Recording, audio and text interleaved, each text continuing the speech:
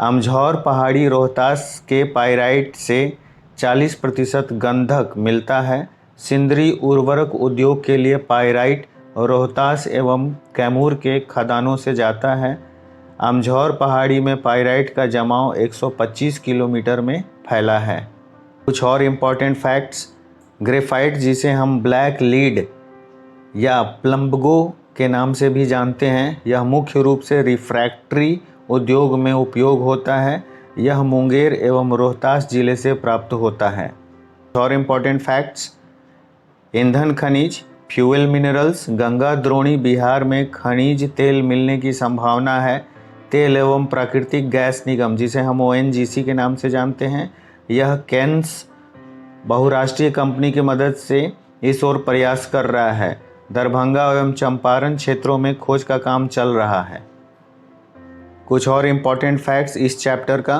Kahalgaon super thermal power की उत्पादन क्षमता 840 मेगावाट है। यह केंद्र द्वारा प्रायोजित NTPC के अधीन कार्य करता है। भविष्य में इसकी क्षमता 1500 मेगावाट करने की योजना है।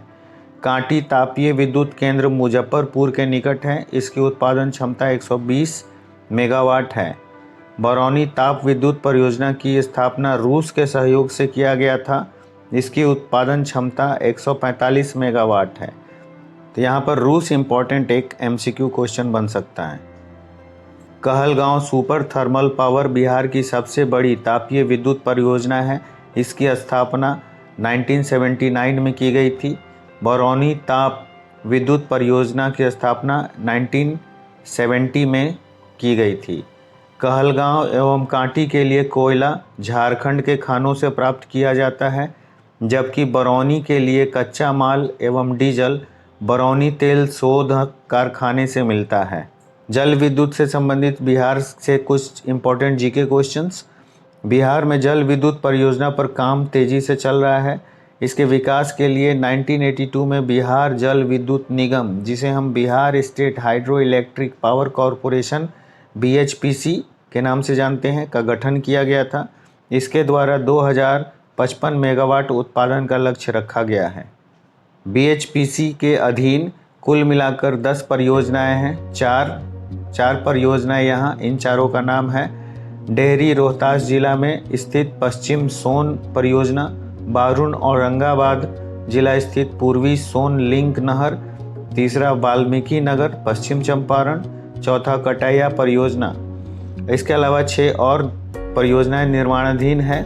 ये 6 हैं कलेर अरवल, अगनूर बगहा पश्चिम चंपारण, ओबरा औरंगाबाद, तेजपुर डेहरी रोहतास का डेलबाग, नासरीगंज रोहतास का नासरीगंज, नोखा रोहतास का जयनगर जल विद्युत परियोजनाएं। कुल मिलाकर BHPC के अधीन 10 परियोजनाएं संचालित हो रही हैं। आइए अब हम लोग इस पाठ का संपूर्ण प्रश्न उत्तर करें। शुरुआत करते हैं वस्तुनिष्ठ प्रश्न से। प्रश्न संख्या 1, बिहार में खनिज तेल मिलने की संभावनाएं हैं।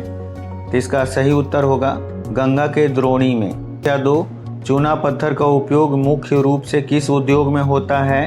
तो इसका मुख्य रूप से उपयोग सीमेंट उद्योग में होता है। प्रश्न संख्या 3, पाइराइट खनिज है अधात्विक। बिहार के सोना अयस्क से प्रति टन शुद्ध सोना प्राप्त होता है। B 0.1 से 0.6 ग्राम। ये विद्युत परियोजना किस जिला में अवस्थित है। भागलपुर में अवस्थित है। कांटी तापीय विद्युत परियोजना किस जिला में स्थापित है। इसका उत्तर होगा मुजफ्फरपुर। बिहार में BHPC द्वारा वृहत परियोजनाओं की संख्या कितनी है। तो अभी हमने देखा, इसका उत्तर 10 है। बिहार में कार्यरत जल विद्युत परियोजनाओं की कुल विद्युत क्षमता कितनी है। इसका उत्तर होगा 44.20 मेगावाट। आइए अब हम लोग लघु उत्तरीय प्रश्न करें। इसे हम A से डिनोट किए हैं। प्रश्न संख्या 9, अबरक कहाँ मिलता है, इसका क्या उपयोग है। तो यह उत्तर पेज नंबर 232 में है। यह रहा इसका उत्तर। अबरक का कुल भंडार 60.35 हजार मीट्रिक टन है और यह झारखंड से संलग्न क्षेत्रों में पाया जाता है। नवादा, जमुई, बांका जिलों में इसका भंडार है। बिहार में मस्कोवाइट अभ्रक ज़्यादा मात्रा में पाया जाता है। प्रश्न संख्या 10, बिहार में ग्रेफाइट एवं यूरेनियम के वितरण को लिखिए। तो इसका उत्तर पेज नंबर 232 में है। यह रहा इसका उत्तर। परमाणु खनिज, एटॉमिक मिनरल्स। ग्रेफाइट, जिसे हम ब्लैक लीड या प्लम्बगो के नाम से जानते हैं, यह मुख्य रूप से रिफ्रैक्टरी उद्योग में उपयोग होता है। यह मुंगेर एवं रोहतास जिले से प्राप्त होता है। बिहार में तापीय विद्युत केंद्रों का उल्लेख कीजिए। इसका उत्तर पेज नंबर 234 में है। इस प्रश्न का उत्तर यहाँ है। परंपरागत ऊर्जा स्रोतों में बिहार में कई तापीय विद्युत केंद्र हैं, जिसमें कहलगांव, कांटी, बरौनी तापीय विद्युत केंद्र प्रमुख है। कहलगांव सुपर थर्मल पावर की उत्पादन क्षमता 840 मेगावाट है। यह केंद्र द्वारा प्रायोजित एनटीपीसी के अधीन कार्य करता है। भविष्य में इसकी क्षमता 1500 मेगावाट करने की योजना है। कांटी तापीय विद्युत केंद्र मुजफ्फरपुर के निकट है। इसकी उत्पादन क्षमता 120 मेगावाट है। बरौनी ताप विद्युत परियोजना की स्थापना रूस के सहयोग से किया गया था। इसकी उत्पादन क्षमता 145 मेगावाट है। प्रश्न संख्या 12, सोन नदी घाटी परियोजना से उत्पादित जल विद्युत का वर्णन कीजिए। इसका उत्तर पेज नंबर 235 में है।